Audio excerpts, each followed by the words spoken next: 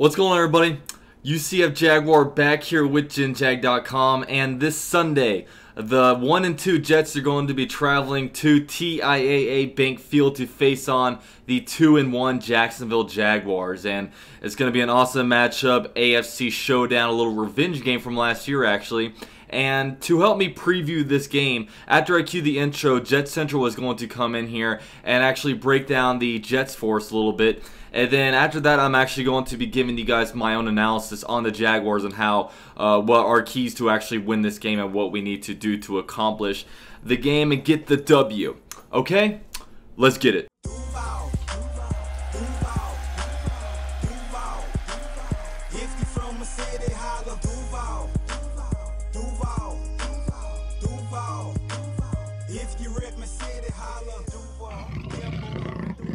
So joining me right now is my buddy Ian from Jet Central. JC, how you doing, man?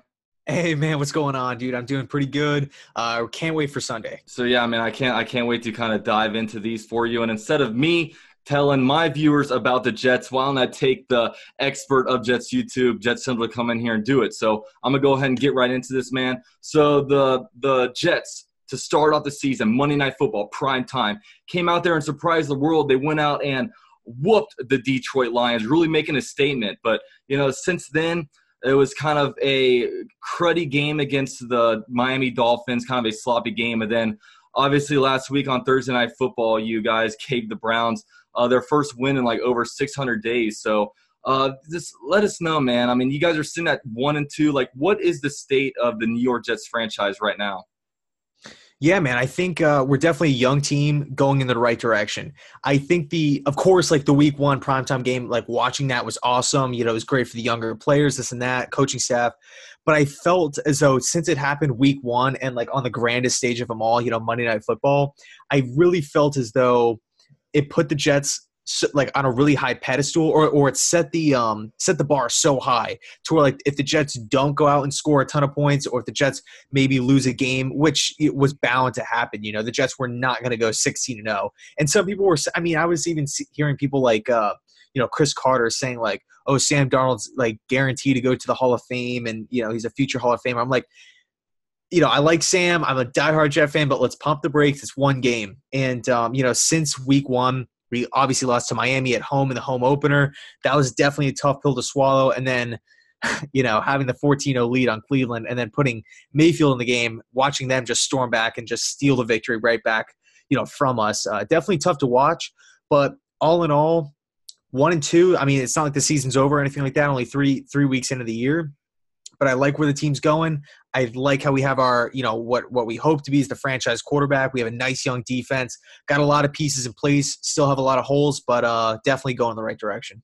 So, you know, now I definitely have to ask you about the quarterback situation now. You guys went a little different than most other teams do when they draft a first-round quarterback. You guys immediately inserted him in the starter lineup. It didn't mess around at all. And, you know, a lot of teams like to go out there and say, oh, this veteran journeyman quarterback is going to be our starter. Then after 3-4 weeks, you know, they plug in a first-round rookie. I mean, if you look around the NFL, it's week 4 and every first-round quarterback besides Lamar Jackson is starting this upcoming week. So, you know, Sam Darnold, extremely young quarterback, I believe is the youngest quarterback to ever like actually start an NFL game. So, how do you feel Darnold is progressing, you know, from, say, preseason to where he is right now?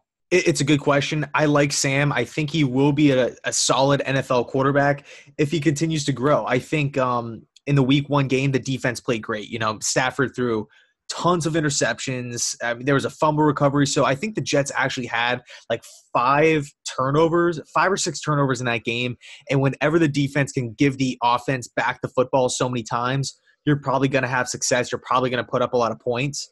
So, but, you know, like when you look at week 2, you look at week 3, when things aren't necessarily, you know, when the ball's not bouncing in the Jets' direction, you could tell Sam Darnold is kind of handcuffed a little bit to the short passing game. They didn't even bother stretching the field against the Browns. I don't even think they threw it downfield one time.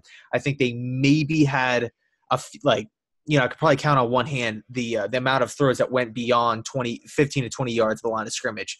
So you could tell that's not Sam Darnold's strong suit, right? The long passing game, the intermediate passing game. And that's definitely concerning, because I think if the Jets were to start McCown, throughout the season, I think there's a very, very real possibility that we could be 3-0 right now. Not saying McCown's a top 10 guy, but I'm just saying, some of these interceptions that Darnold has been throwing, I mean, he has 5 in 3 games so far. That's not good. But he is a rookie. I'll give him that. He is, like you said, the youngest rookie quarterback to start a game, whatever. So we have to be patient with him. But this was the decision that the Jets coaching staff made. They obviously went into the year saying that to themselves, that this guy's going to throw picks. He's young. He's a rookie. There is going to be a learning curve. Now I want to transition to, the Jets. When you look at the Jaguars, obviously their roster is very talented, and the Jets roster, they're in a point of really just developing young talent kind of thing. I mean, they got a bunch of young, really good pieces. I love how they are on defense. Now, how do you feel like the Jets match up to the Jaguars? This is actually going to make a lot of your fans happy, but I think the Jags pretty much check the box in every single category over the Jets. I feel like the Jags have a little bit better secondary, even though I really like the Jets secondary. Linebacking core, got to go Jags. Same with the defensive line and rushing and passer, obviously. Flipping it over to the offensive side, definitely have a way better running game with Leonard Fournette, and definitely have a way better offensive line. You can make the argument that wide receiver is kind of like a question mark. It could kind of, go both ways. But as of right now, you're probably leaning Jacksonville just because they have, the experience. They made it all the way to the AFC Championship last year, and the wide receivers did their thing in the playoffs, against New England, against Pittsburgh. So really, Jacksonville checks the box. Jacksonville has better players, better personnel in every single category. Now I got to ask you, man, the big thing about this, man, is I feel like the matchup of the day, obviously, is between the Jets offensive line versus the Jaguars defensive line. Now, the Jaguars are loaded not only when it comes to front first string talent, but also a lot of depth. Dante Fowler Jr., Taven Bryan, just all these guys. And, it's going to be a key for the Jets, their offensive line, to be able to protect Sam Darnold, because, if Sam Darnold gets hit early, gets hit often, with any rookie quarterback, it's going to really rattle them. So, how do you feel the Jets offensive line matches up against the Jags defensive line? I don't think it matches up that well, to be honest with you. You take a look at Jacksonville. You said it best. You got guys like Taven Bryant, Calais Campbell, Malik Jackson. You mentioned Dante Fowler, who I'm actually really hoping that the Jets can acquire, after the season at some point. Or, I don't want to say trade deadline because I know you guys are going to be in it and I know you love them. So I'm not going to go that far. But I like what the Jags have done on their defensive front, and I just feel as though probably the biggest weakness of this Jets team, other than inexperience, is offensive line play and consistency. So, we all love football. We all love it because there's parity, and look at the Bills. They just beat the Vikings. Look at the Lions. They just beat New England. So anything can happen any given Sunday.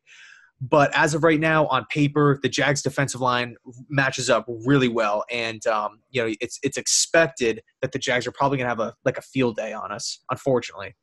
So, one thing you don't know is this is Kelvin Beachum, your left tackle's revenge tour against the Jaguars. So he's going to have a lot of built-up energy against us. But now to transition to the last question, and, thanks again for joining me on here. Obviously, the Jets are a big underdog. They're about 7.5-point underdog playing in Jacksonville. Going to be hot, going to be an uncomfortable environment for them. But any given Sunday in the NFL, right? So, you just saw the Bills beat the Vikings last week. So what do you think the Jets had to do to pull off this upset? I think we have to take a look back at really two things. Number one, last week against Jags versus Titans, right? The Jacksonville Jags came out of the gate pretty strong, obviously beating the Giants away from your home stadium, and then the Patriots too. So 2 marquee wins, and then they go and they lay a complete egg against Tennessee. I would look at what Tennessee did, and it's not like Mariota even played the whole game either, which is pretty crazy.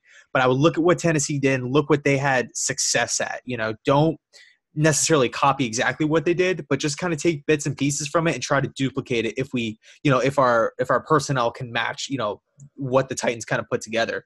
And then I'd also look at some of the game film from last year, because even though the Jags went deep into the playoffs and the Jets finished with a top 6 pick, obviously trading up to 3, but the Jets actually beat you guys last year in a pretty exciting game. You know, they did have some explosive plays, especially in the running game, and that's where I feel like this Jets team can do some damage, right? If we can establish a run game in this game, I think that the Jets have an opportunity to just control the clock and get Bortles kind of out of sync, out of rhythm, and just make him feel uncomfortable.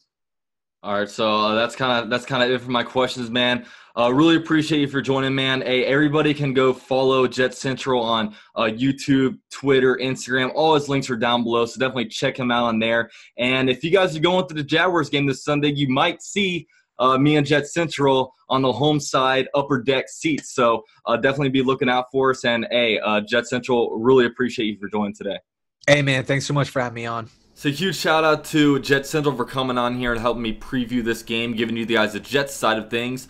But now I'm going to go ahead and give you guys the Jaguars side of things. Now, the Jaguars are obviously coming off of a tough loss to the Titans, but one reassuring fact that I saw today actually came out of one of my colleagues, Jordan DeLugo from GenJag.com. Following losses, the Jaguars has actually been extremely dominant. The Jaguars actually outscored opponents by an average of 20 points per game, so that's an incredible stat for us. And the Jaguars going into this game, man, we actually lost to the Jets last year.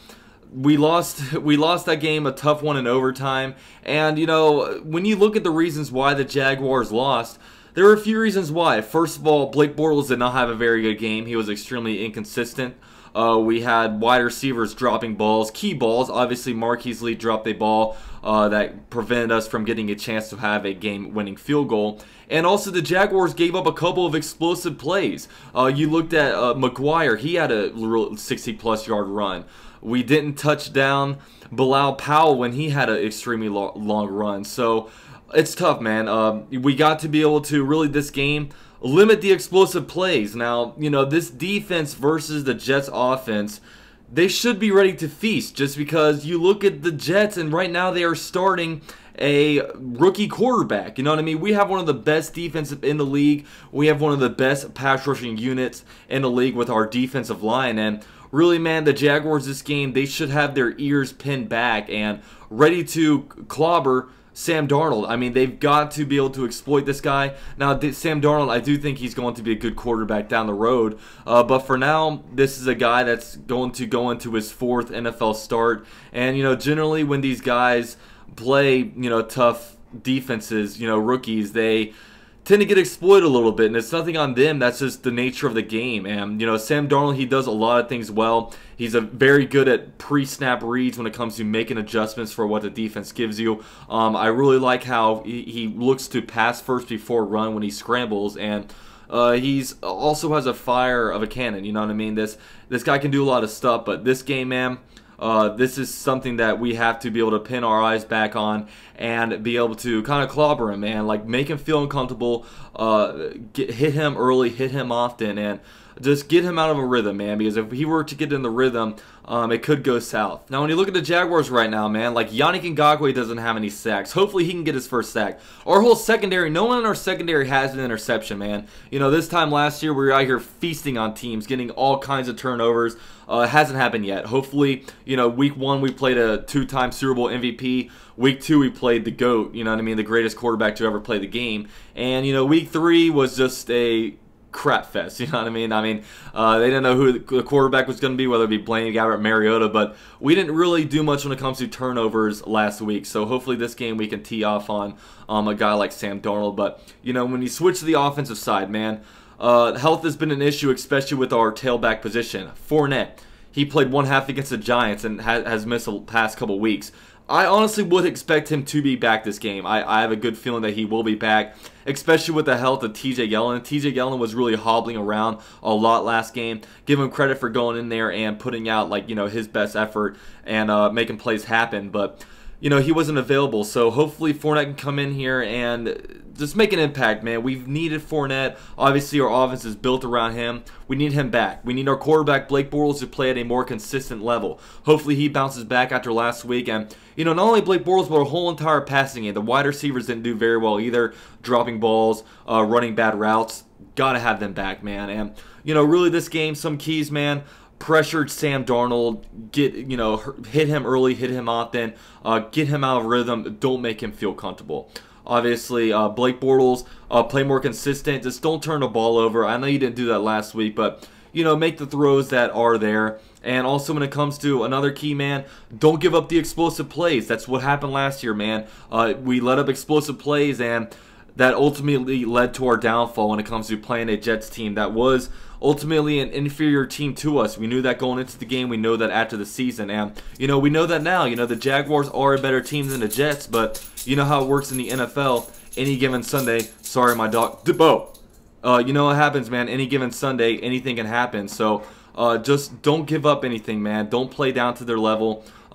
Take advantage of this game because we need this win, man.